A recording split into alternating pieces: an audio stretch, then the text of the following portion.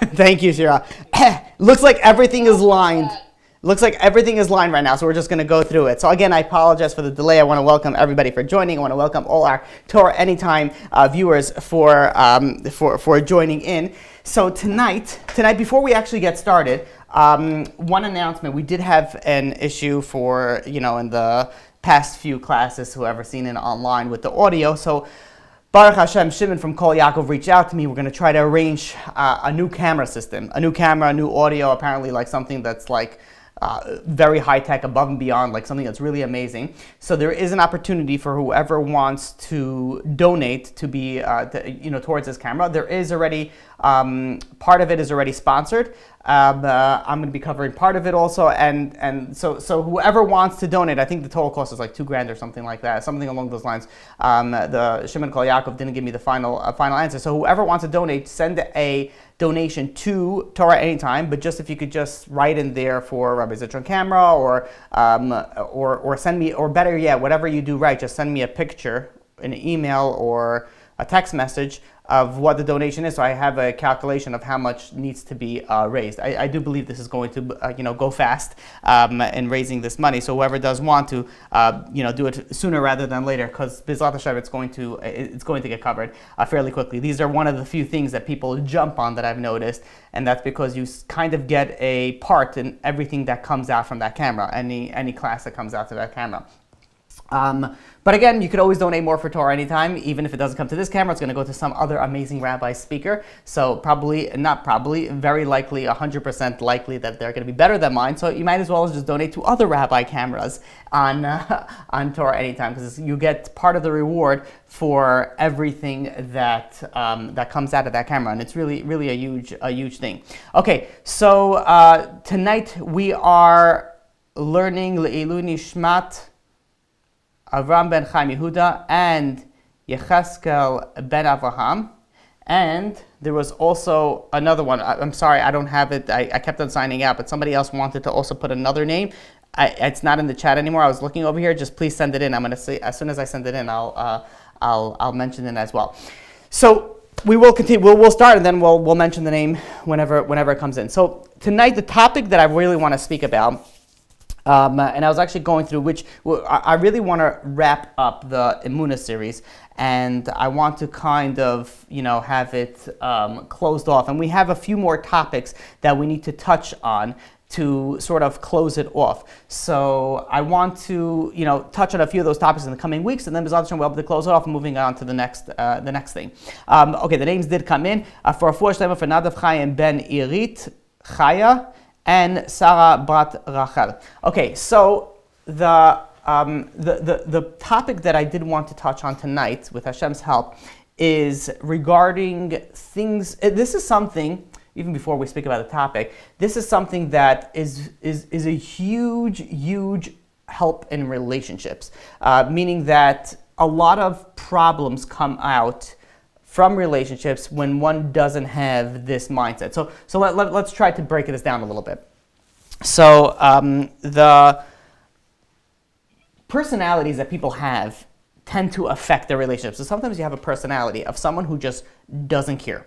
Meaning not that they don't care in a negative aspect, they don't care in a kind of a positive aspect. Meaning that if their spouse hurts them, insults them, they're like, okay, whatever, it doesn't matter. It doesn't affect them. So those type of people, they don't get into fights, so to speak, with their spouses, with their employees, because they don't take things personally. It's an amazing, if you ever meet some of these people, it's really amazing to have to speak to these people where they're not fazed by so many things, and it's really an unbelievable level. But for the most people, we do get fazed, and if our friend, our spouse, our family member, they do something and it hurts us and it affects us, we respond, accordingly, and sometimes to the positive and sometimes to the negative. The idea of this class is to realize that when something bad happens to you, meaning that if your friend insults you, your spouse hurts you, your employer doesn't give you enough money, whatever is the issue,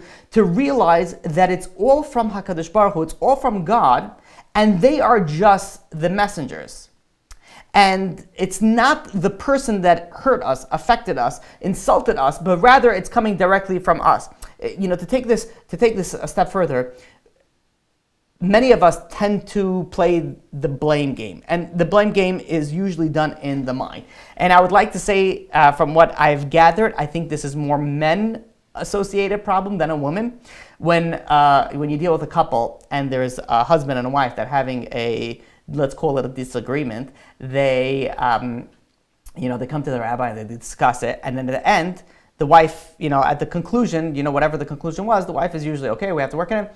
But sometimes the man wants to have like one final part. They're like, so who was wrong over here? Like, who is right? As if like they're keeping score. Like, there's always somebody wrong and there's always somebody right. And it's part of the blame game. And again, it's not only by men, but I've seen it more of men. And it's kind of like, so who is wrong over here? And the blame game. Now, when we look at the blame game, so when something is our fault, we get upset about it, but to a certain extent. When it's somebody else's fault, it takes that upsetness, that anger to a whole nother level. Be like, wait a minute, how did if this person was to blame to cause me this problem? And we have so many issues with that. If we realize that the blame does not lie in our spouse, in our friend, it has nothing to do with them. And in fact, they were messengers from HaKadosh Baruch Hu.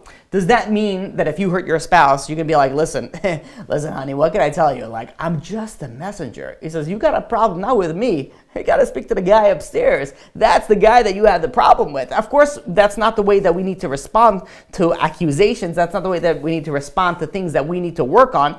But when we are looking on it internally, we have to realize that it's not the spouse. It's not the friend. It's not the employee. It's not the family member. Rather, it's from HaKadosh Baruch Hu. It is from God. And we don't know how many siblings don't speak to each other because of what this one did and that one did, and if you only knew, and it goes on, and how much hurt and pain that people have gone through. But if they stop for a second, be like, okay, maybe the sibling did a crazy thing, that they were 100% wrong. But if you really believe that what they did is from HaKadosh Baruch Hu, then the amount of blame that you have on them is like, how much can you blame them? Okay, fine, you can be a little bit hurt. Obviously, we're normal, we're human. We have, natural tendencies to have emotional reactions to different things that affect us. But at the same time, you realize, but wait a minute, to what level am I going to get upset? To what level am I going to go and I'm going to change my whole life? I'm going to change my whole outlook. I'm going to separate families because of this. When you realize that it's all from God, it's all from HaKadosh Baruch Hu, and they are just a messenger. They're the ones that said the bad things to you, but really HaKadosh Baruch Hu said this is going to be said to you, and they're the ones that were the messenger. You look at, unfortunately, how many lawsuits, divorces, like the list goes on and on and on how many problems that happen in our interpersonal relationships, all because we have a mindset that the other person hurt me. Now, granted, the other person did hurt you, but they were the messenger that comes from HaKadosh Baruch Hu. And we realize that so many problems in our life go away. So many issues in our life go away. Now, this concept is a very easy concept to think about, but it's extremely hard to implement. Like, we're going to be speaking about it tonight. We're going to go through the different things and the different situations and different stories, and you're going to be able to go and you're going to be able to understand and be like, wow, that's a beautiful idea. Really, I should implement it in my life. But once you come and you try to implement it, it is going to be hard. Oh, it's going to be so hard. It's going to be extremely, extremely hard to implement this thing. So what we're going to try to give you tonight is just a different viewpoint on how to see certain things. But the implementation of this in your own life, that is something that you're going to have to do on a consistent basis. Meaning that the way that you implement this is that you have to see HaKadosh Baruch Hu in your day-to-day observance of life, of everything that happens. The more that you associate everything that happens in your day to God, then also the bad you'll be able to associate with God. If you just wait for difficult things to happen and then you're going to try to work on it and say, okay, you know what? The reason why my spouse said this, the reason why my family member said this, and now I'm hurt, is really because of God. It's going to work on a very minimalistic level. If you really want to get to the higher level of this, you have to see HaKadosh Baruch Hu in every single area of your life. Even things that seem like insignificant. The fact that there is one person ahead of you while you're driving. The fact that you forgot your lunch. The fact that you have to go to the bathroom. The fact that you're listening here. Everything, when you break it down, that if you're able to break down everything in your life, that it's all from HaKadosh Baruch Hu, you will be able to go and you'll be able to internalize it when it becomes difficult. The Chovos HaLevavos brings an example, a story on how to understand this. Imagine you have a king, and this king finds out that there is a certain person that is, starting a rebellion against the king. So the king calls his chief advisor, and he says, "Listen, I hear from the word around the street is that this person he is causing a lot of issues, and this is what's going to happen. He's going to be making a rebellion." And this chief of police goes and calls the chief of police. The chief advisor, calls the chief of police, and he says, "Listen, get this guy, arrest him, put him in the prison." And the chief of police goes and he finds a policeman. And he says, "This is the warrant for this person's arrest. Go arrest this person." This policeman travels to this guy's home, arrests this guy who's going to make the rebellion, and throws him in prison. Now, the prison warden is taking care of this rebellious, person in this kingdom. And this person who's sitting in prison starts crying and screaming and begging at the prison warden, "Please, let me out. Please let me go. Please let me," screaming and screaming and screaming. And the prison warden is thinking, says, "Wait a minute." He says, "Why are you angry with me? Like, I have literally nothing to do with what you have to go." And in fact, he should not be angry, not at the police, not at the chief of police, not at the chief advisor. The only person that it pays for this person to beg is only the king. Only the king can get him out. What happens is that when we go and we get affected by the policeman that gave the ticket, or the person that screamed at us in the parking lot, or whatever it is that's going on, we're not putting our I don't want to say rage. We're not putting our complaints to the right deposit box. We're going to the people that have nothing to do with it. Like, you're going to go and you're going to scream at the police. The policeman can't say, "Okay, fine, I'll let you go." The policeman has to arrest him. But rather, who does he have to go? He has to go to the king, and that's who is the one that's going to be able to let him out. That's the one that he has to plead with. So, one of the things that we have to realize is who do we put this the blame to? I'm sorry, I have to realize, one of the things I realize right now is I'm on my phone and I have a battery that's running out, and the Zoom is on it. So let me just get a quick wire that I can plug it in, so that at least this should be able to continue. How this is going to work, I have no idea. This is like a hilarious disaster. I feel bad. People that are listening and afterwards on the lecture have no idea what's going on. But okay, so I'm gonna have to turn it on the size. I apologize, guys. Okay, so I hope we're all still good. Okay, so the idea is that when we're going and we have an issue, we tend to sometimes place the blame or the issue in a wrong location, a wrong destination. And that is the idea when we have, a messenger and the messenger, meaning that where the messenger comes and stops, and where the person that sends the message, where it goes on. So we're coming very close to Purim. And one of my, I don't know if you could say this, but one of my favorite psukim in the Megillah is in the Megillah Esther, in the 4th chapter, Parak Daled, Pasuk Yudaled. And the background behind this, I speak about this so often because this is just like such an awesome pasuk. If I could even say that, I don't know, all psukim are awesome. I don't know, this is what I connect to, I guess I could say. But the pasuk, the background to this pasuk is Mordechai goes and tells Esther, says, "Listen, I want you to go to the king and try to get the Jew, try to get annul the decree." And Esther was nervous. She says, "I haven't been by the king for 30 days. How am I going to go?" She's nervous, and she's waiting for Mordechai to be able to give her a sort of a pep talk. And the pep talk that comes out is Mordechai goes and tells her, "Revach v'hatzala yamad laYehudim b'makam acher." He says, with the literal translation is like, "Listen, Esther." He says, "The Jews are going to get saved. whether it comes from you or whether it comes from somebody else, it's going to happen. The question is, do you want to be part of the solution, or do you want the solution to be found somewhere else? The Jews will get saved. Do you want to do it, or do you not want to do it? And that's the pep talk that he gave.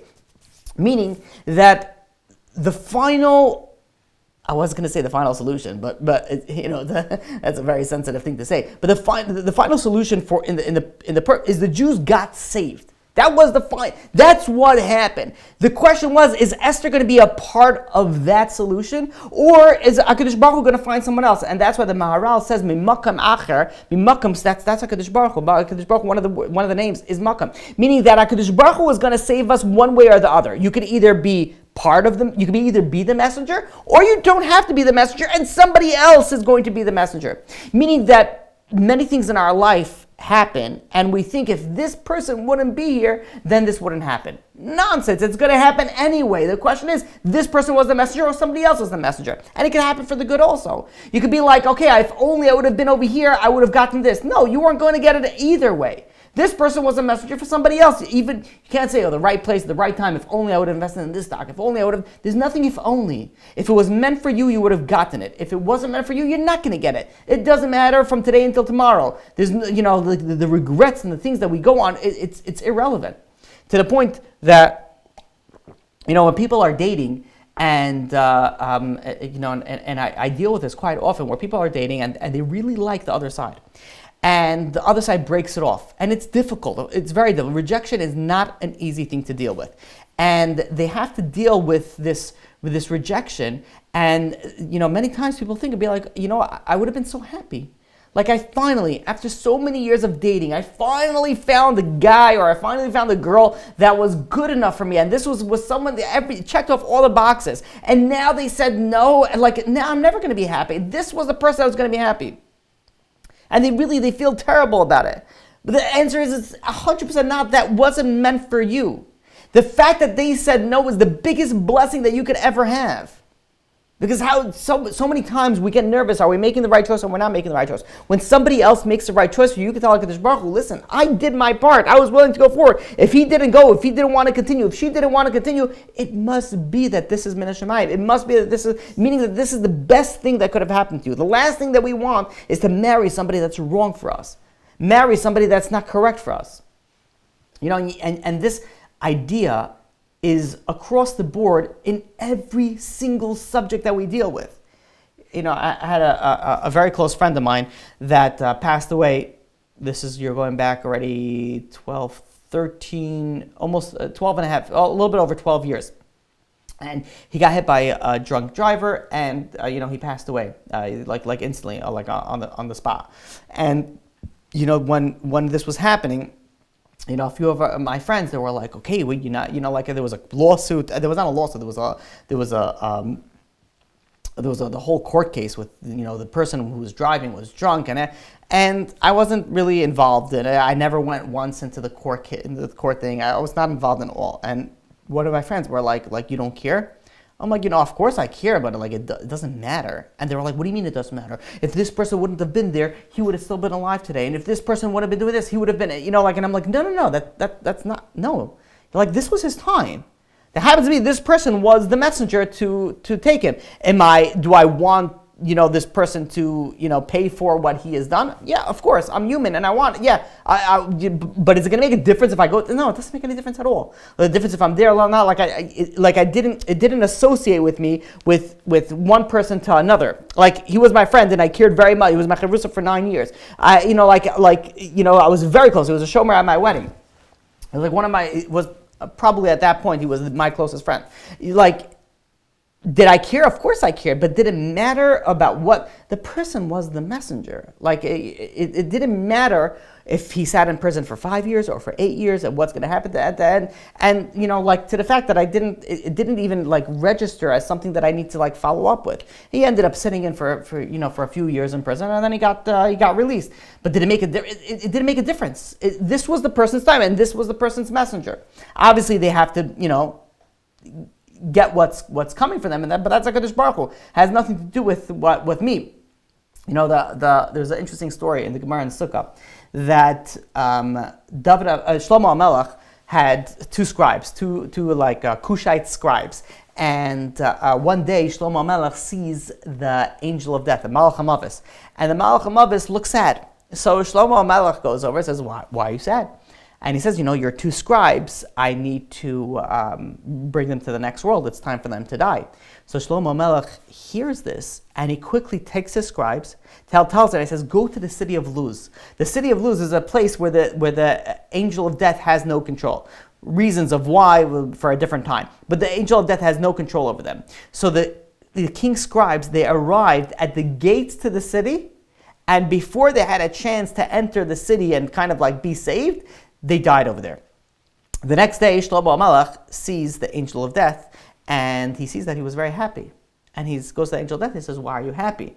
And the angel of death, Malach HaMavis, goes and says, you sent the king's scribes, you sent the scribes to the place where I was commanded to take their souls. Meaning that the angel of death was telling Shlomo HaMelech, the only place that I was able to go and take their souls is in the entrance to the city of Luz. But they were in Jerusalem next to you. And I was so sad the day before because I was like, how am I going to get them from one place to another? And, I just told you that, that I was sad that they were going to die. And you sent them to the angel, to the gates of the city of Luz, meaning that you sent them technically to the death. And the Maharshal goes and explains that Shlomo HaMelech thought that the angel of death was sad because he didn't want to take these two souls, these two people. But really, the reason why he was sad is because he couldn't take these two people because they were not in the right location. A person has to be in the right place, in the right time, everything has to file exactly the way that HaKadosh Baruch Hu decreed it. And the problem is that they were not where they were supposed to, well, I shouldn't say they were not where they're supposed to be. They were not where they were intended to be, taken to the next world. And what happened was Shlomo HaMelech thought that he was saving them, but really he was sending them directly to their death, directly where they needed to go. And that is the way that we have to see, the things in our life. It wasn't, Shlomo HaMelech didn't, it was going to happen. And the way that it happened, it was the way that just Shlomo HaMelech was, directed them to there because he was thought that he was saving them. And how many times in our life do we come to a certain place and we think, oh my gosh, if only I wouldn't be here. No, you had to be there. You had to be where you are. The person had to say what they said to you. You had to invest in this. You had to go into this degree. You had to go into this. There's so many things that happen in our life, and if we only realize that this is where we needed to be, all of a sudden there's a different mindset that we see things. There's a different mindset that we see our life. Now, of course, I have to put a very big caveat over here. If somebody goes and does a sin, you can't say, well, this is what I was supposed to do. No. If you do a sin, you have to do tshuva. And you can't say, this is what HaKadosh Baruch Hu wanted. HaKadosh Baruch Hu did not want you to sin. And if, God forbid, you sin, you have to do tshuva. That's on you. But when things happen that are outside our control, even though it was a mistake that we made, HaKadosh Baruch Hu put us there. Either He sent us the messengers that needed to be there, or we were the messenger, but we were where we needed to be. When someone gets sick, God decrees what goes wrong, when it goes wrong, how long it's going to go wrong, how painful it's going to be, when is it going to go away, by which medication, by which doctor. The Gemara in Avodah Zarah discusses exactly of when everything is decreed. You wake up with a stiff neck. It was decreed by HaKadosh Baruch Hu. And this is something that I can attest to. I get, Baruch Hashem, it's been for a while that I haven't got stiff necks, but I had back issues. And there was at one point I was getting stiff necks for very, very often. Baruch Hashem, it's been getting better. But when you think about it, you wake up and be like, oh, you know why? Because I didn't sleep in the right way. Because I went over here and I was leaning on this and I didn't have the right pillow and I was too hot and you're trying to think all these. But at the end of the day, if you take a step back and be like, no, HaKadosh Baruch Hu wanted me to have a stiff neck and that's why I have a stiff neck. Again, granted, if you sit in a bad position and we have to take care of ourselves, obviously, but I'm assuming that we're doing everything more or less to the right level, after that, it's out of our control. The Tzitz Eliezer actually says something very interesting, that even though HaKadosh Baruch Hu decides what will go wrong, when it will go wrong, how long it will go wrong, when a person prays, they have the ability to bring their healing earlier. Meaning that even though we have a decree, we do have flexibility in that decree. We do have the ability to heal ourselves. Now, again, what's the healing ourselves? It's not by, going through some sort of medication process. Obviously, you have to go and follow whatever the doctor says. But rather is through prayer, through tefillot, we're able to go and bring the healing earlier than it was intended to be. So we do have some sort of access to fluctuate of where everything goes, but for the most part, it was the creed. And if it was somebody that hurt you, they were the messenger. If someone that benefited you, they were the messenger. Does it mean that you're not going to thank them? No, you're going to thank them because they were the messenger. Does it mean that you're not going to, get retribution? No, to each their own. You have to get retribution, whatever it is that you need to get to. There was a makubal by the name of Rabbi Daniel Frisch. Rabbi Daniel Frisch, he was he wrote many svarim. One of the famous ones is called Matok Midvash. It's an explanation on the Zohar Kodesh, and now they have it on they have on everything. You even get the Haggadah. One of my Haggadahs that I use is from the Matok Midvash. Edition of where he brings down different things from the Zohar Al Pi Kabbalah. So when he would come to America, he would try to raise money to print his svarim, and he stayed at a particular person's family, a particular home. And while he was home, he would write his while he was at this home, he would write his Perushim, his Torah writings on the Zohar or whatever it is that he was writing at that time. And it was very difficult for him to write because his fingers were very swollen and it was infected, and everything that he wrote, it took such a long time. If you realize what people go through to serve HaKadosh Baruch Hu and what they went through and how difficult. Now you want to write something, you just type it up. It's so easy now, and very soon it's going to be voice to a text dictation. Everybody's working on these AI things, and things are like happening so fast. But like the tzaddikim of just like the previous generation, if they want, and even in this current generation, they want to write something, they have to write it with pen and they have to go through it. And especially if it hurts you. And I remember in high school, I used to write a lot, and even afterwards in Beis Medrash, I used to write a lot that I used to get like bumps on my hand.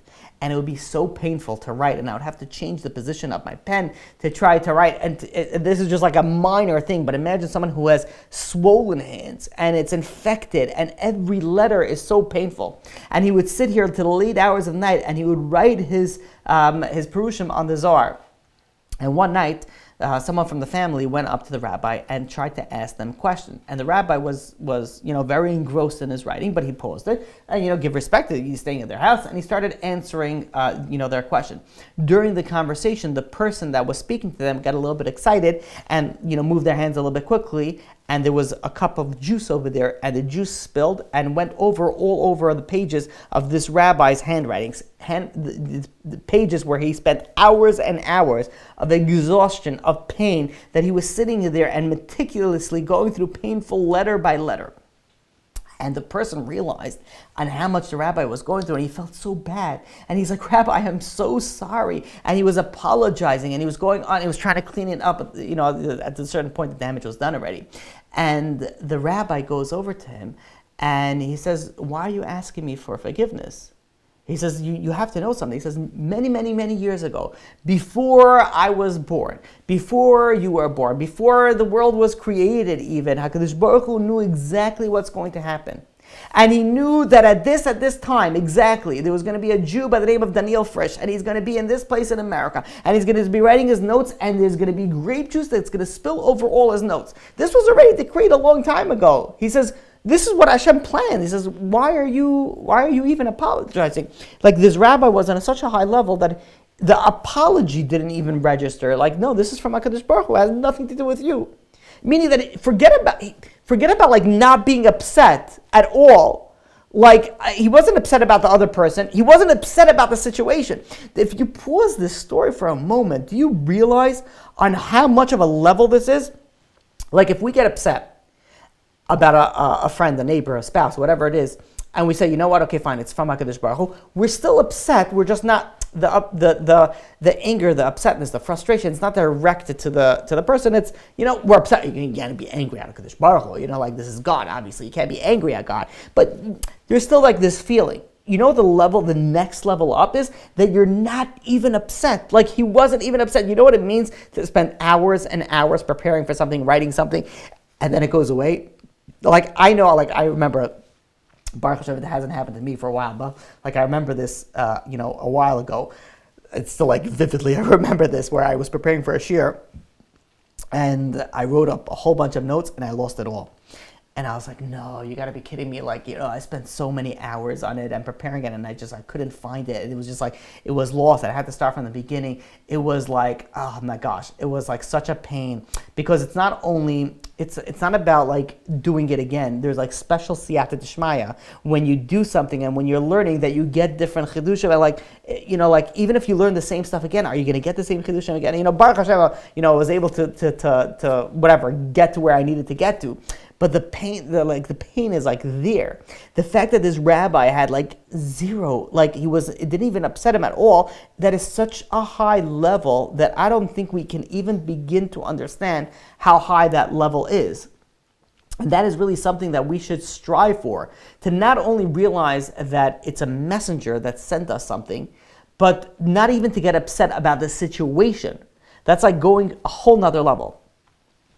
When you go and you speak to people about parnasa, where they make their money, and the different ideas that people have, and this is what's going to make me money. The Gemara in Pesachim says, "Ein adam yedea." A person doesn't know where he's going to earn his money. There's so many stories, and even in the modern day, like where people made money so unexpectedly that it didn't make sense.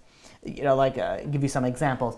The bubble wrap, right? People are familiar with the bubble wrap. Anything they usually buy, it's that's is some sort of fragile in any way. They have something called bubble wrap. Either it's one big bubble now they make, or a bunch of little bubbles. How did this come? Where was this invention? How did this come into?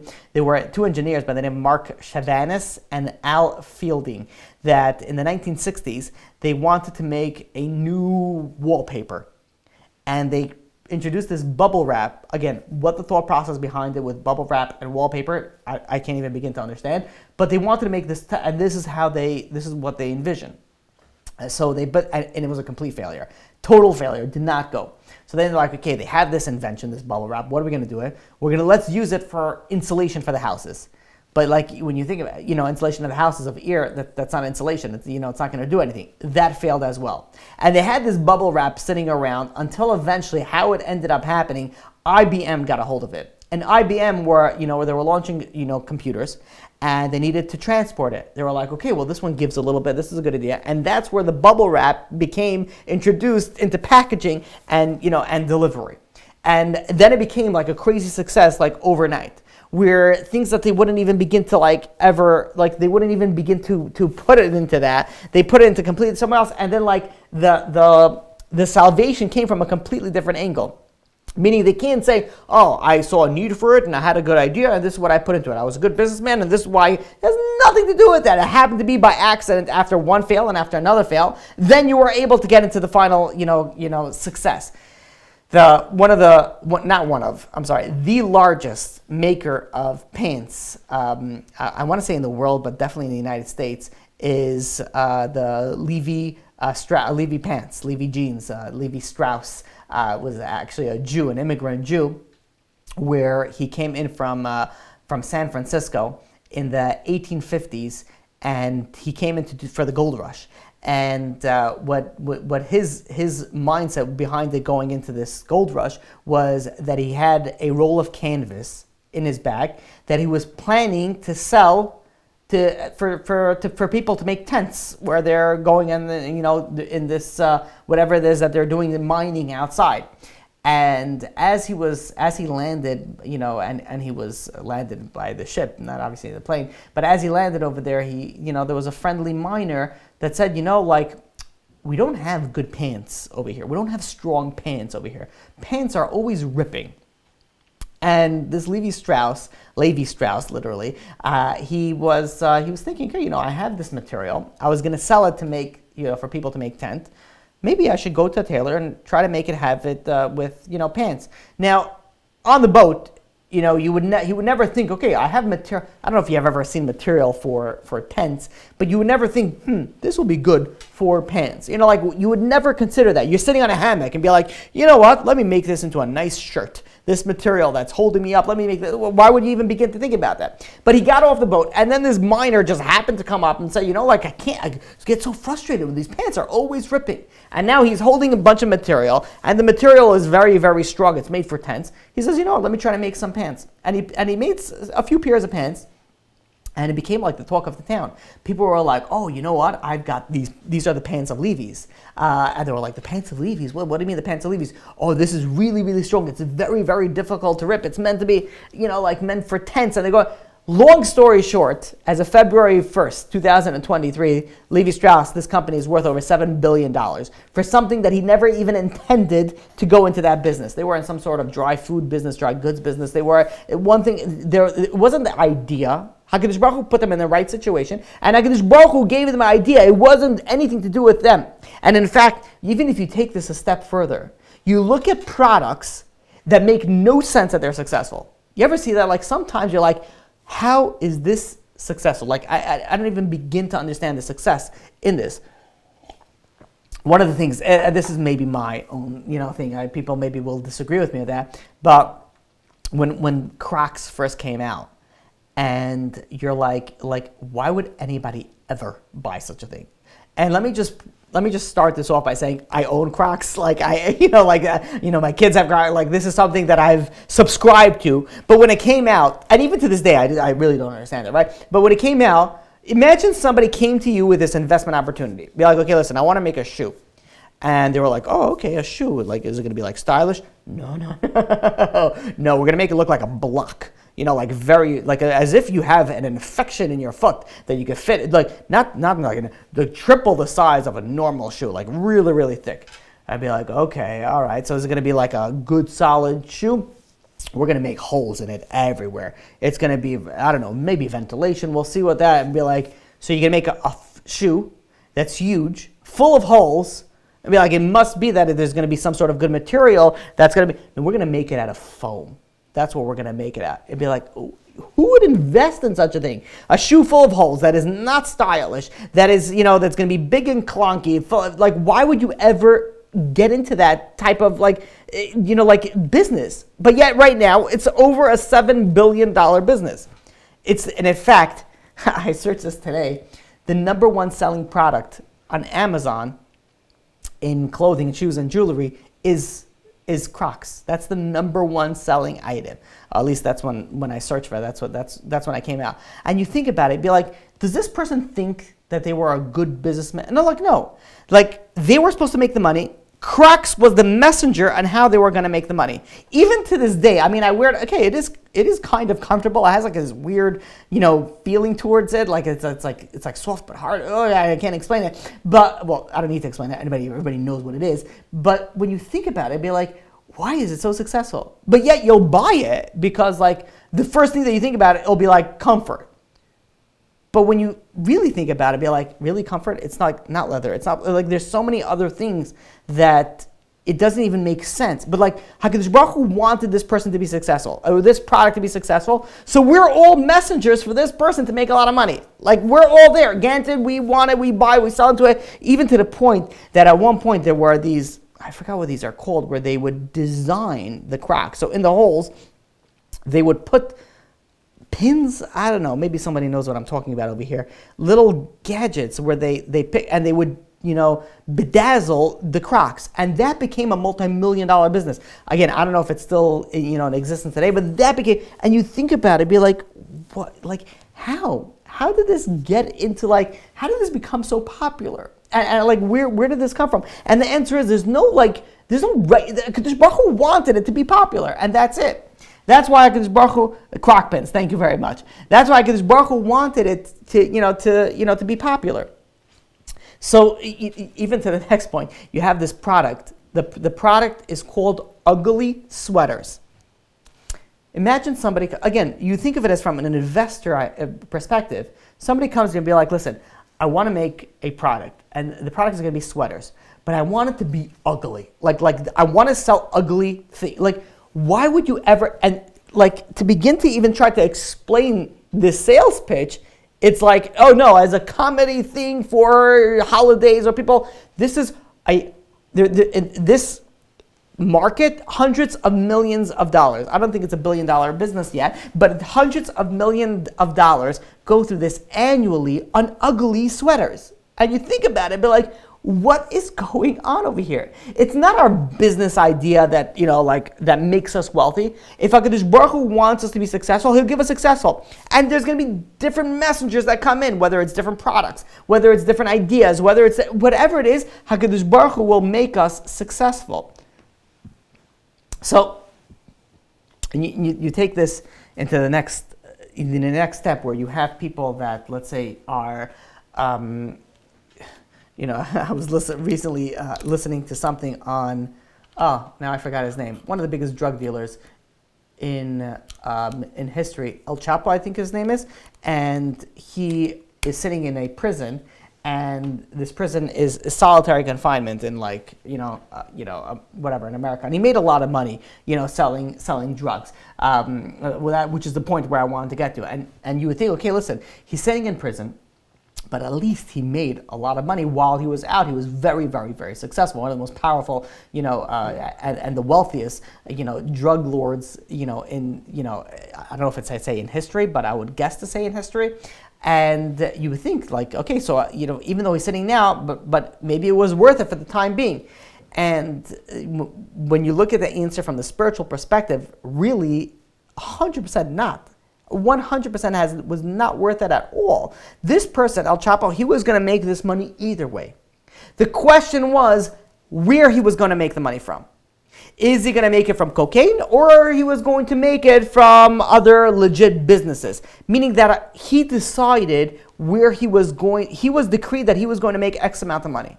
The question is now where he's going to go, meaning that we have free will.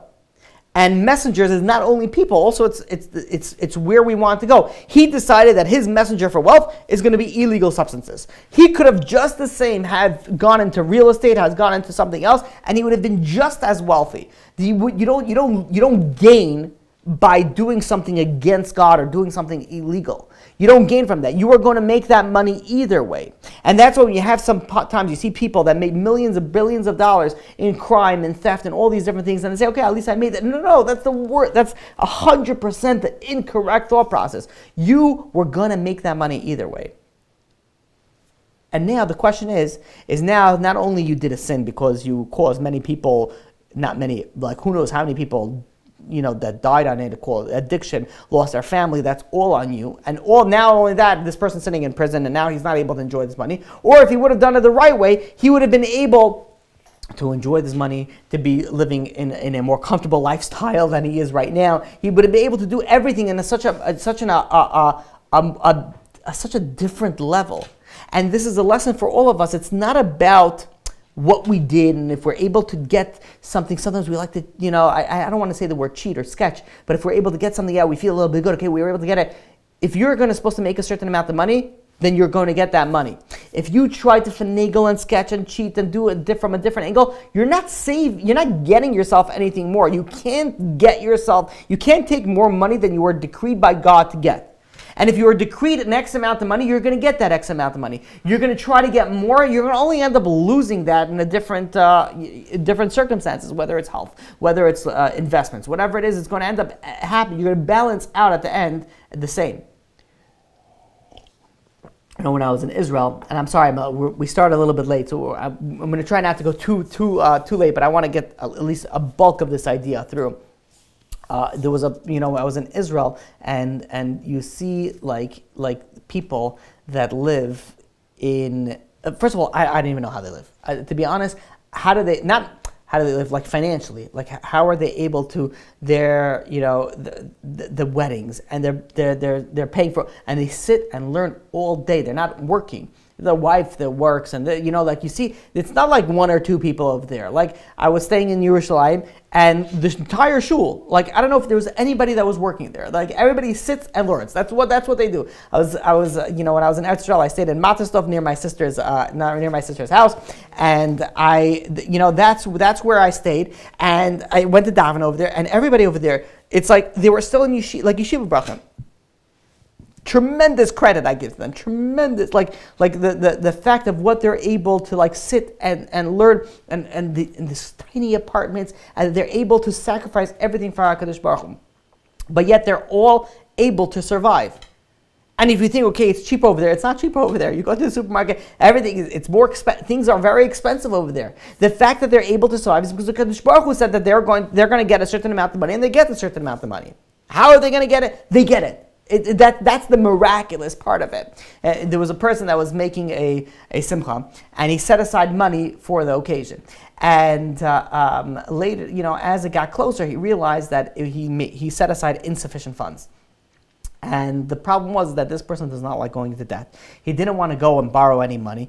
And so he started davening to HaKadosh Baruch Hu, please help me, Hashem. I don't want to go into debt, but I'm down $15,000 for this thing that I need to do. I says, can you please just send it to me? One night, he was in his Daf Yomi class, and another participant in the shiur walked up to him and began to say, he says, I know you're making a simcha. He says, how much are you short?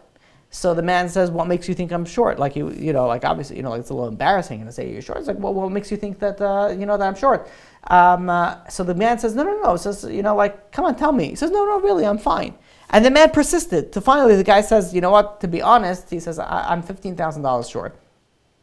So the man goes over to him and says, I like helping people, but I don't like lending money. So I don't want this money back. And he takes out his checkbook and he writes out a check and he hands it over to the guy. And the guy's like, thank you very much. I appreciate it. You need the money. You want to take it. He says it was a gift. It wasn't even that. He walks away. He opens up the check, $15,000. Everything that he was missing, problem solved just like that. Didn't need to return the money. It wasn't that he didn't lend it. Someone just gave him a gift of $15,000. There was a rabbi of a certain organization that went into some financial difficulties. And they told this rabbi, says, his salary is going down by $7,000 a year. Now the problem is that the rabbi wasn't making, money that he was able to put on the side. He was living paycheck to paycheck. $7,000 a year. He says, how am I going to survive? He goes and he starts davening to HaKadosh Baruch Hu. He starts praying. He says, God, I know everything comes from you. He says, I'm going to continue what I'm doing, but I need another $7,000. A week later, he gets a bill from his insurance company. And the bill, he never gets a bill because it always goes to the mortgage company, and the mortgage company just collects a little bit extra for the insurance.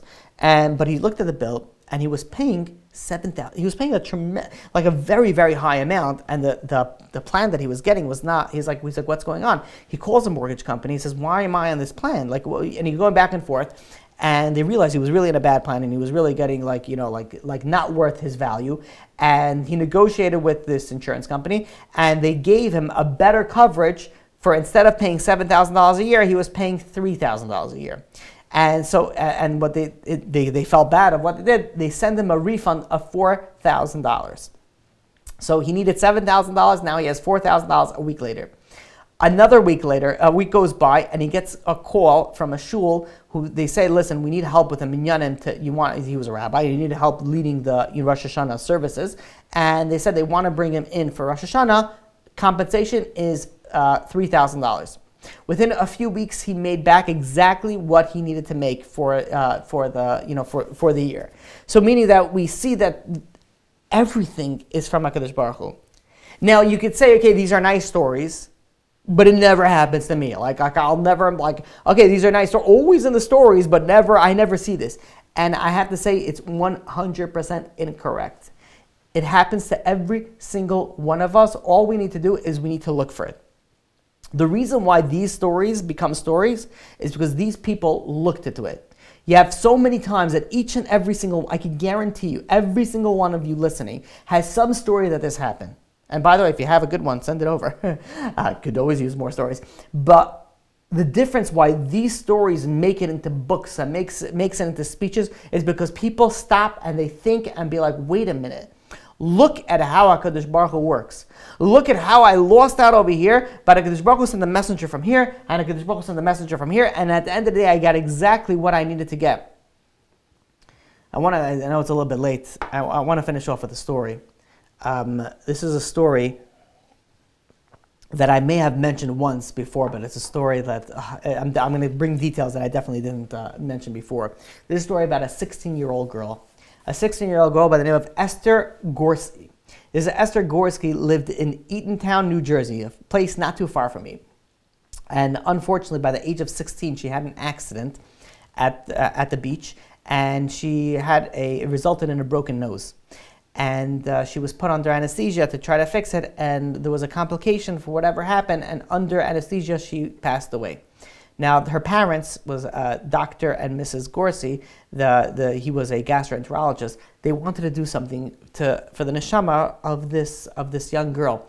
So they established a weekly Torah class for the daughter's friends, a bunch of 16-year-olds, 17-year-olds. They would come, and there would be 30, 40 girls that would come, and they would meet, and they would learn, and the rabbi would speak, and it was a great schus for the neshama of this girl.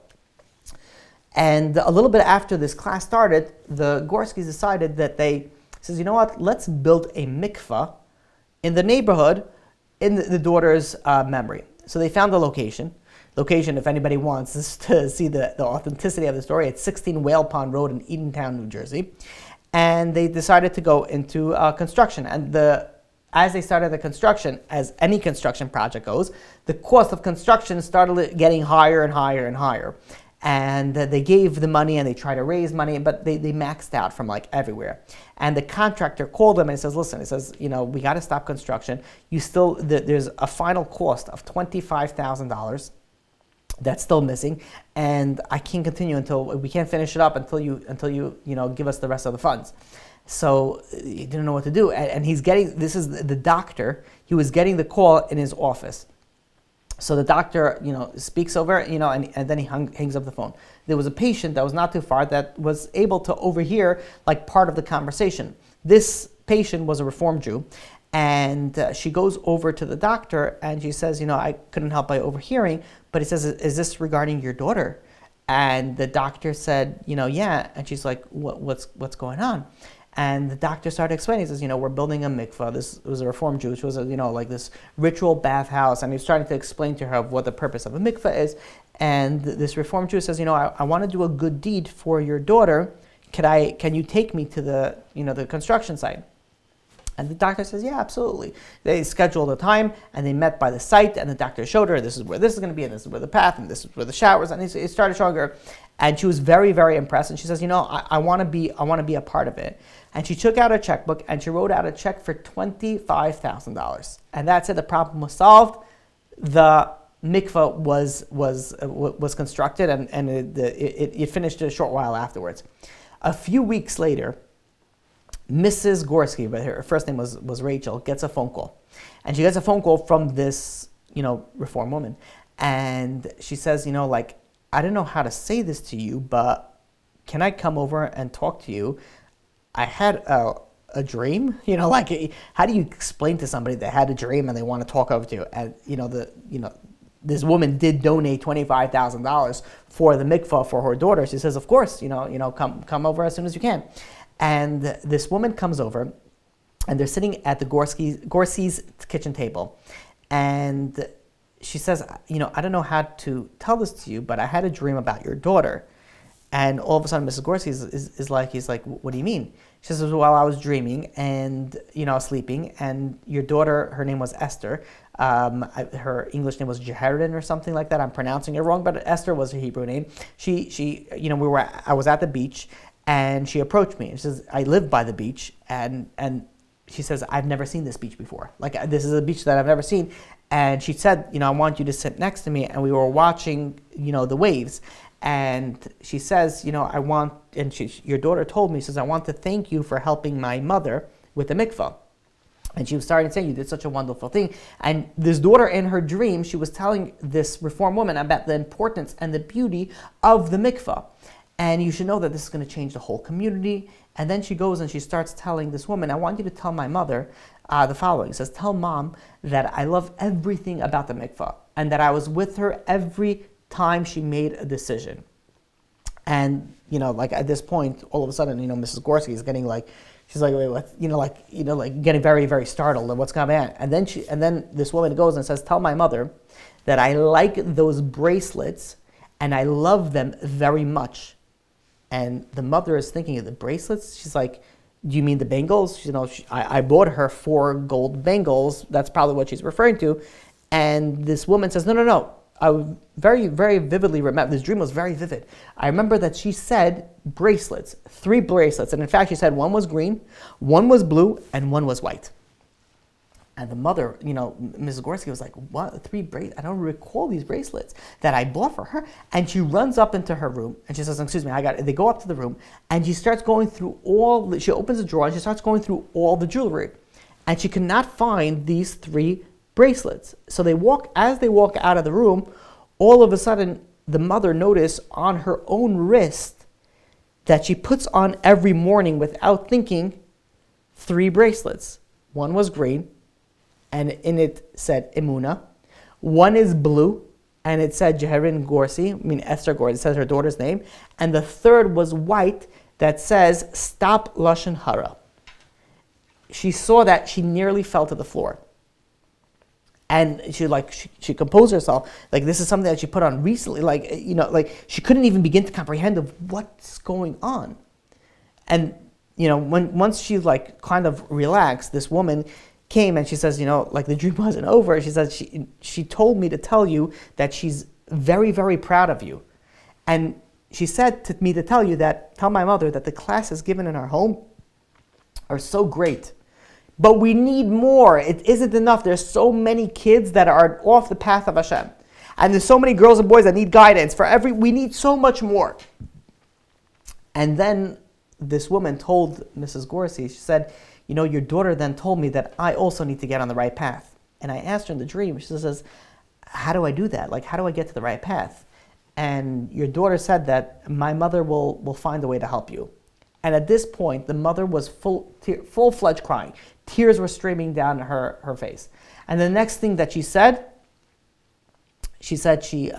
mother fell on the floor. This woman goes over to her and says, the final thing that she said is that tell mom that I love her, I'm always with her, and the gift that she got me on my 16th birthday, the blue stone ring, I love it, and I want her to have it and wear it. And at this, the mother fell on the floor and collapsed.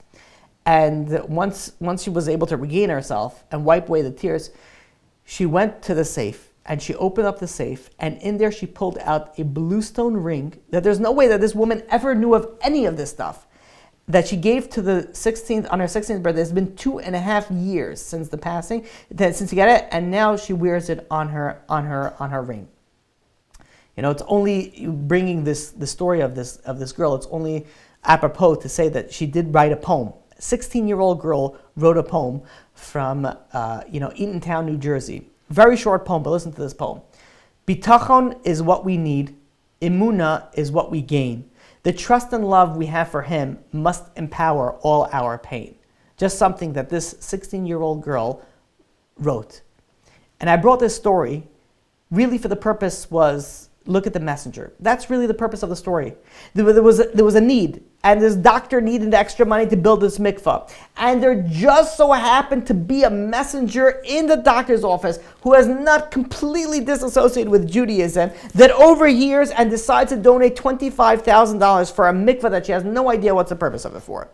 And that's really the purpose that I wanted to present to you, to see how everybody's a messenger from HaKadosh Baruch Hu, and really everything can happen from any angles, and we have no idea where it comes from, what it comes from, and how it's going to come.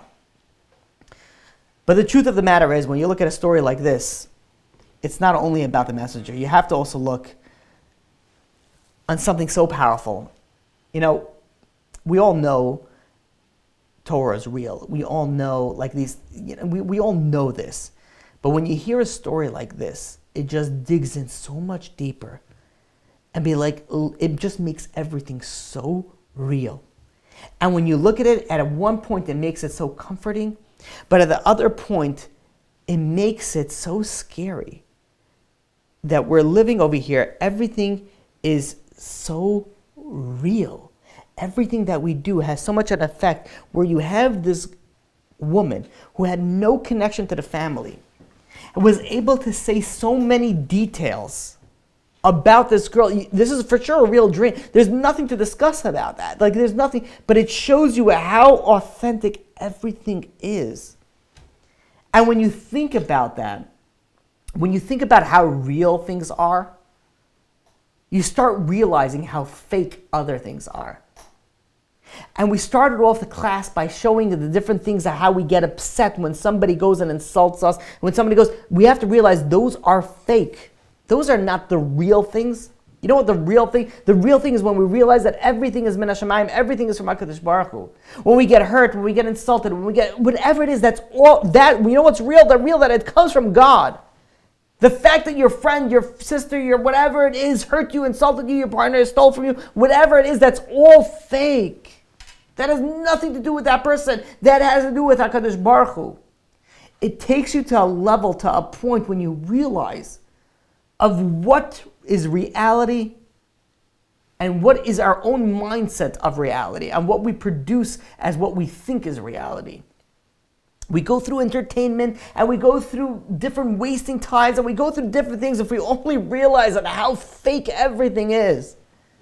How fake everything is. You ever sit and you go and you sit by the kaisel and you're able, if you have like things in life all of a sudden start like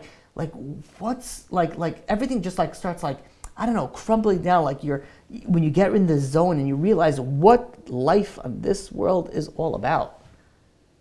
It's not about getting angry and upset about a messenger. That's all they are, a messenger. You have to realize the important things in life.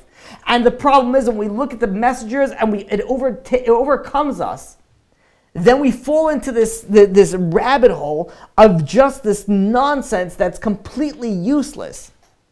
That's not the real stuff. If we go back and realize where the messengers are and who is the one sending the message, all of a sudden life's become a little bit clearer. You know, when a person is alone, they get very scared. And once they see someone that they recognize, they feel a little bit calmer. And I can tell you this, when I was in Eretz Yisrael, I rented a car and I was driving, and sometimes I drove in areas where, I was there with my daughter, and I was like, I didn't show it to her, but like, I was in the wrong area, all right? I was not in the right area. But all of a sudden you see a soldier, you see somebody who's Jewish, even if they're not a soldier, someone with like long pace, even if it's a nachnayan, all of a sudden you feel a little bit more calmer. I'm like, okay, wait a minute, maybe I'm on the right path. When you see someone that you recognize, you feel a little bit calmer. How fortunate we are that we're never alone. We always have HaKadosh Baruch Hu sitting in front of us and always near us. Hashem tzilcha yad yaminacha, the pasuk in Tehillim goes and tells us. Hashem is our shadow. He's always near us. And if something happens to us, it's not that person. It's what HaKadosh Baruch Hu is doing. HaKadosh Baruch Hu is overshadowing us. You know how the difference between a king and a flesh and blood and a king of like a HaKadosh Baruch Hu? A king of flesh and blood, even though they want to protect you, they can protect you only so much. They can protect you from the outside. They can't protect you on your internal areas, your internal issues, your insecurities, your health issues. HaKadosh Baruch Hu not only oversees everything, He sees our inside, our outside, our emotional, our intellectual, our financial, from all angles. And if something happens, it's because HaKadosh Baruch Hu decreed it. How much of a comfort we can take in that. When we stop for a second and we realize, like, wait a minute, this is happening because HaKadosh Baruch Hu made it happen. And I know it's getting late, so I really want to end off. I want to end off with one thought. We're speaking about messengers, the messengers of HaKadosh Baruch Hu. And we're really focused on today on messengers that are messengers towards us. Like meaning that someone's doing something to me. But just for like a minute or two, I want to just bring up the point of realizing that just like somebody else is a messenger to you, you are also a messenger to somebody else. Harbe shluchim lamakim. Chazal tell us, the Gemara Kedushin, right? There's plenty of, HaKadosh Baruch Hu has many messengers. But we are also messengers for somebody else. And you can decide if you're going to be a messenger for good, or you're going to be a messenger for bad. Are you going to give tzedakah? Are you going to help somebody? Are you going to be the helping ear? Are you going to be able to listen to somebody? Are you going to be able to talk to somebody? Are you going to be able to send somebody a shir? Are you going to be able to whatever it is, are you going to be the messenger for good? Or are you going to insult the person? Are you going to hurt the person? Are you going to do something negative for that person? At the end of the day, you are the messenger. The messengers do get punished though, unfortunately, and rewarded. Of course, we have to mention that. So the question is, messengers come to us, but we also cannot forget that we are also the messenger to the other people. We're the messenger to whoever HaKadosh Baruch Hu decides to send us to. So while we realize that our life and everything that happens is directly from HaKadosh Baruch Hu. And we shouldn't be bothered by the messengers. And again, the way to be able to tap into that, the way to be able to conceptualize that into reality is not to just wait for when the messenger happens, but rather to see HaKadosh Baruch Hu in every aspect of our life. And then we're going to be able to associate, okay, wait a minute, this too is from HaKadosh Baruch Hu. So why am I going to be upset? And once we realize that, everything falls away. We start seeing reality. We don't see the fake stuff. We don't start getting upset about the stupidity, about the little things that even though maybe the person hurt you, maybe the person bothered you, but if we realize that it's not that person, it's from HaKadosh Baruch Hu, we're not going to be hurt by it. Our relationships are going to be improved. Our marriage are going to be improved. Our business, everything is going to be improved. And finally, the point that we have to realize is that just like other people are messengers to us, we are messengers to other people. And it pays very, very much so to be able to be the positive messenger and not the negative messenger. And we'll open up to any questions. Okay. Oh, we don't have so many questions over here, but let's go through it. If a person hurts or insults me, I know I'm supposed to believe that it's from Hashem, but am I also supposed to believe that what they said isn't true? And I was simply meant to get an insult from Hashem? Because when someone insults me, the issue isn't who said it, it's what they said that hurt. Are you saying that I also shouldn't believe what they said and simply say that Hashem wanted me to get an insult? So that's actually a great question. Because when someone gets insulted, there is the insult and then there is the information on the insult. So there's two different aspects that we need to look at. While yes, the information, the insult is from HaKadosh Baruch Hu, the information is also from HaKadosh Baruch Hu. Meaning that we also have to I don't want to say to delve into this insult and this information, because sometimes it's false. It's like completely like nonsensical, like just like out of nowhere. And that's because like the other person is just like not well, and they're just whatever, they put it in. But at times, like the Baruch Hu wants to give us a message. So he sends this message through this insult, and we have to stop for a second and be like, wait a minute, maybe I have to go and I have to think about it. And I'll tell you a personal example. When I first started speaking, I would speak very fast. Very, very fast, and people complained. And I'm like, okay, well, I could say, if you don't like it, there's plenty of other speakers that you could listen to. And speak slow, and you could go to that. But I was like thinking, like, no, wait a minute, maybe I shouldn't speak, so maybe I need to slow down. So I went and I tried to work on myself. Again, sometimes it gets a little bit out of control, and I know I still speak a little bit faster, but it's something that I have to also take in. So I took, it was, I don't know if I could say it's an insult, whatever. I didn't take it as an insult, but there's a message, and then there is the effect that it has on you emotionally. And not that please, but anybody that said that I speak fast, no, nothing personal. Like, I appreciate any negative, positive, whatever, neutral feedback. Feedback is very good. That's how we improve in life.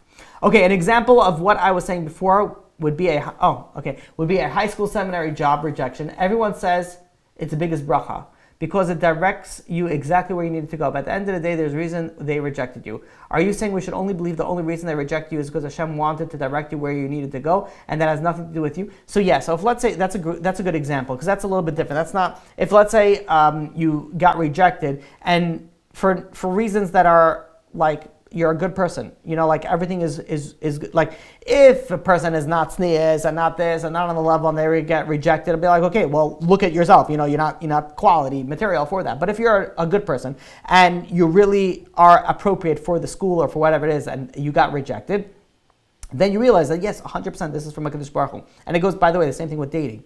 If you're dating a good guy and the guy decides to reject you, and you're a good girl, and you could say, okay, like, this is from HaKadosh Baruch Hu. But if you're dating a good guy and you're dressing modest and you do things that maybe is not so appropriate, you can't say, well, it must, okay, well, I don't understand why this great guy is not dating you because let's be honest, you're not a great girl. Like, if you'll be a great girl and be like, no, don't worry, everybody's great. Okay, fine. That's what your mother should say. But like, when people got to be, like, with all honesty, you go according to your level. As the Gemara says this, right? Everybody gets zivugim according to their level. So if you're on a high level, you get a high level guy. If you're on a lower level, you get a lower level guy. If you're on a low level and you get upset that why is this high level guy not going out with you or not continuing to date with you, then it's something that you have to look at from both angles. Number one is that obviously, again, it's from HaKadosh Baruch Hu, but also maybe I should work on myself to become on a little bit of a higher level. Okay, thank you so much. I appreciate that, Rivka, for saying that it was a good class, and that's why it was delayed. Okay, Baruch Hashem. Again, I really apologize for the delay and for the for the technical difficulties. I hope that it comes out clear for what we have now. But yes, thank you so much for posting it over there. Yeah, if anybody wants to donate to the camera, you put it over there, and if you could just send me an email to Rabbi Zitron at TorahAnytime.com. So that I could just send, so I know where we're holding in raising money. And I like that final line. Any rejection is a redirection. Love it. Love it. That's a great line. That should be a bumper sticker. Jews should be the one making a bumper sticker, because it's like so much better than the stuff that goes out there with just like nonsensical stuff. Like if you're sitting in traffic, might as well learn something when you're sitting behind a car, and let them have the instead of having all these nonsense stuff. Okay.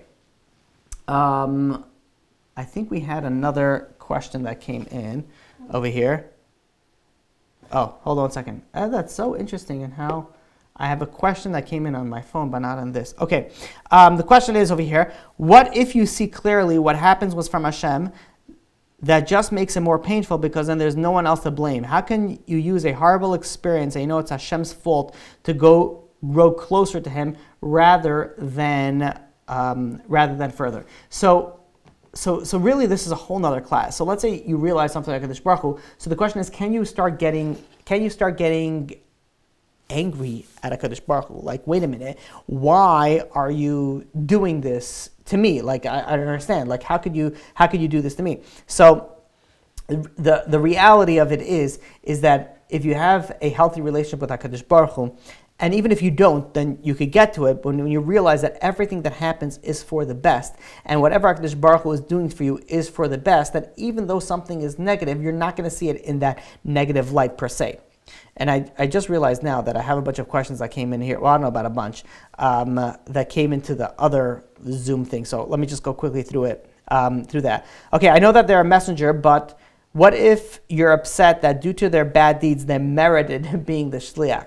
So that is a great question, because really, who is a messenger that's going to give you bad thing is the person that's, merited, as the questioner mentioned over here, the schus, so to speak, of being the delivery of the bad news. While that is correct that they had to merit being that shliach, that has nothing to do with you. Like, that's between them and HaKadosh Baruch Hu. So there are many times that we get upset because it affects us, and then it's many times that we say we get upset because of something called the principle. And really, it's not about the principle. It's really another way. It's really a personal thing. So we either get upset or we don't get upset. And if we realize that it's all from HaKadosh Baruch Hu, then the fact of how when they merited and they got it and they were the shliach and they were the messenger, why couldn't it be somebody else? That means that you're getting upset because you don't fully comprehend the idea that they were the messenger. You're still blaming them for being the messenger. And again, to get compensation, whatever it is, it's certain. I'm not saying this is a blanket, situation, but there is a point of when you understand this concept that it will. I shouldn't say when you understand this concept. When you internalize this concept, then you won't have this negative feeling, even though they were the messenger. Again, it's a level that's not. It's a level. Okay. Okay.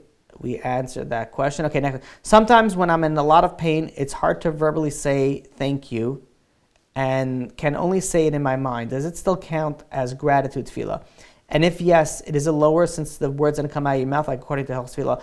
Okay, so when somebody, there is levels to many things in life, and including gratitude, meaning that if something bad happened and you're grateful for the bad to happen, there's levels to how you can be grateful for that, right? Technically, we need to be on a level that we need to be able to bless HaKadosh Baruch Hu for the bad just like the good. But most of us are not on the level. But if we're able to get close to that level, there's partial credit. So even if you're not fully there and you're not fully being grateful to the level that you said it, or it's still counted as something. Of course, is there room for improvement and there's way to grow 100%, and you should strive for that. But it's definitely worth something, and you should definitely continue at least that. So next question is, sometimes when I'm in a lot of pain, it's hard to verbally say Thank you. Can you say it only in your mind?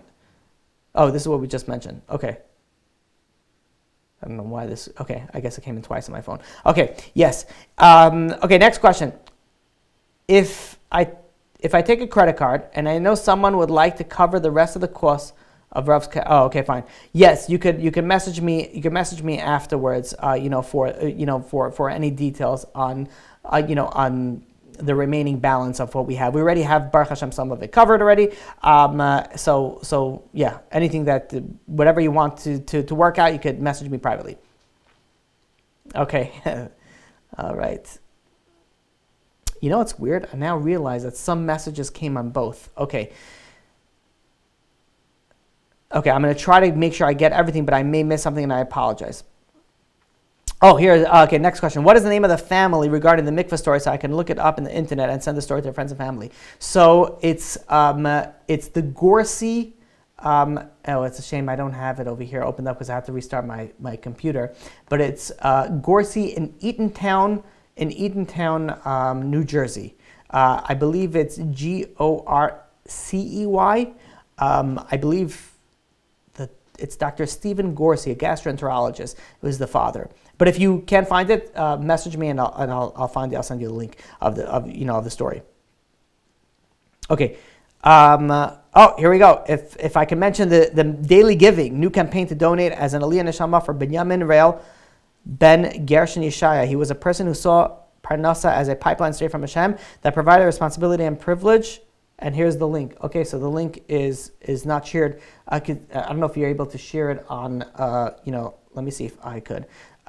So first of all, daily giving is amazing. So everybody should, go to daily giving. I mean, we haven't mentioned daily giving in a while, so we really should, bring up, daily giving again, where you're able to donate $1 a day, and it goes to so many amazing organizations that you could tap into that you would ordinarily not be able to, or wouldn't even think about donating to, and you can be part of tens of thousands. Well, right now there's I don't remember off the top of my head. I think there's $10,000-12,000 dollars that's given daily to these different organizations. So you definitely want to be a part of it. It's an amazing organization. One of these things that's just like, it's so awesome, and you definitely want to be part of.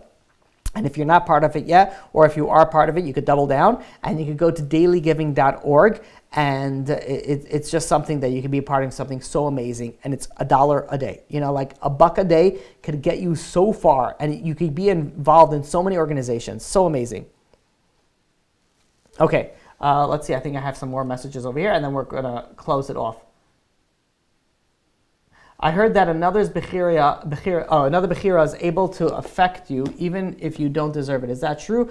And how does this work? I wonder why this is okay. I guess I need to hold this thing over here. So yes, that is true. But it's actually quite a long discussion for me to explain it. There is 2 classes that I will recommend you listen to. I have 2 classes on free will, and I touch upon this subject in one of it. I believe the title of the class is Somebody Else's Free Will Can Affect Me. And if you can't find it, please reach out to me and I'll send you links to the class. I believe it's in the Divinity series. Okay, what is the name of the... Okay, I said that already. This reminds me of a story about... Oh, looks like I lost over here this. Okay. Okay, oh, perfect. Okay, all the stuff is out there. Okay.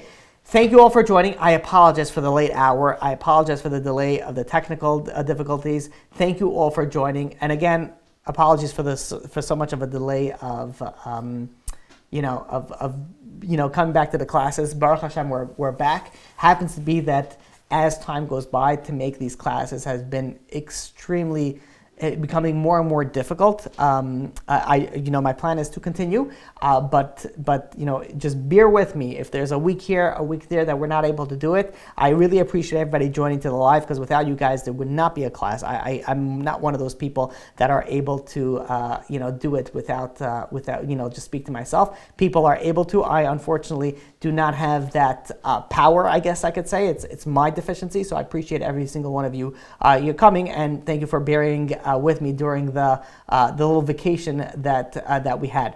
That being said, okay. I have a question. Yeah, Shira, go ahead. Rabbi was Mizraki has said that, and I've seen it somewhere in the Torah, that Hashem will pay evil to their face. So when El Chapo decided to deal drugs and billions of pounds from Mexico to America, so Hashem paid him to his face on earth, and that maybe had he not done evil, then Hashem will pay him in the world to come. You're saying that maybe, are you saying that maybe he got more money because he got reward for all his good deeds in this world? Right, yes. That's what Rocky said, and it's somewhere in the Torah that says that... Yeah, that HaKadosh Baruch Hu pays... evil to their face. Yeah, HaKadosh Baruch Hu pays wicked people in this world so they don't get anything in the next world. That is a great point. I love, that's a great point. 100%. Is it possible? But again, he was decreed that he was going to make that money, let's say the previous Rosh Hashanah, because he wasn't going to get anything else in the next world. He would have still been able to get. Again, we're only saying this after the fact that he was already a drug dealer. But technically speaking, if the point that I was bringing up is that if it was decreed, you're going to get it. If it wasn't decreed, you weren't going to get it. So granted, he was decreed. It was a negative decree. It might look like a positive decree, but really it's a negative decree because he's getting the money, but now he's not going to get anything in the next world. Again, we're not God. We're not, we're not judging. I'm not, to nobody. We can't. But what you're saying is 100% accurate. Great point. Thank you. And Hashem is measure for measure. So if you're going to do evil, you're going to get evil. If you're going to do good, you're going to get good. 100%. 100%. Great point. Okay, we had one final question that came in over here, and we'll say that, and then we'll close it off. I have an elderly parent who isn't listening to the doctor's suggestion to do a small surgery. This parent is presently taking a medication that can lead to irreversible damage to major organs, and as a result will end up in a nursing home. She won't listen to any family or specialist. Her negative response is driving all of us away, and I don't know what to do about it. My sister said that mom is an adult. She's capable of making her own decision. She has to deal with the consequences. Truth is, we're technically her guardians. What can I do? So, first of all, this is a heavy question because there's a few things that have to come into play over here. Number one, are you, or let's say, the power of attorney? Is she in the right mindset to make, the decisions? And if she, so the answer will be differently depending on the response to that question. If she's on a sound mind and she wants to make her own, she's in the right mind. If she's in the right mindset, then I would go to try to get a reasoning of why she's refusing it. Because you can't convince somebody anything unless you hear them out and you validate what they're going through, and then you could try to convince them. So it depends of what the reasoning is, and feel free, you could reach out to me, and if there's something that I could help and maybe try to give you a little bit of a step-by-step of what I feel maybe might be beneficial, you could feel free to text me and we'll set up a time to talk. But the best way is really to get, if she's of sound mind, to get her to agree to it, and she might have a certain fear of preventing it, or she might have a certain mindset, maybe right, maybe wrong, but at the end of the day, it is, if she's on the right set of mind, then it is her life and it is her right to choose of what she wants to do. But again, according to the Torah, we go very strongly, we follow medical advice, and if that's the thing, then it's having the right conversation, or at least trying to have the right conversation and trying to listen and trying to validate and trying to guide to the right place. But again, if there's anything that I could help, maybe more details, and maybe we could go, please feel free to reach out to me. Okay, all right. Whatever it is, it should be with a complete refuah shalema. Rabbi, could I add something? Yes. About 4 or 5 years ago, I had a dream of one of my neighbors who passed away. She wasn't so normal when she passed away, okay? And then I had a dream that she had a crown on her head, and it was gold and she had diamonds. And then I thought I was crazy. I didn't tell anyone the dream. And then a few years later, I told my dad and my brother the dream, and he said you had a dream of her in Gan Eden, because it's in Gemara that righteous people have a crown on their head and they're so happy, and she was so happy. And starting the dream after I was on Esther, where are you? When I couldn't talk. And I said you had a dream for her in Gan Eden. Does it make sense? Is it? It's definitely possible. I thought I was crazy. I didn't tell anyone until years later. I didn't even know the Gan Eden's like that, with a crown, It's definitely possible. I mean, it's hard for me to say if you know what. No, I didn't even think before that would happen. Right. Even when I didn't work The- like mother and dad said that that's what it says in the Gemara, and they said it's like through Hadron for Gan Eden. It's very possible. It's very possible. A lot of people, I'm sorry, a lot of people with near-death experiences and the loved ones that have passed on will come and visit you sometimes. Oh, I never had any purpose. Or astral Well, now you did. projection. That's very real. Yeah, scary, no? Scary, but comforting at the same time. But anyways, all right. Thank you all for joining. Until next week, B'ezrat Hashem, have an amazing, amazing, amazing week. I think you're going to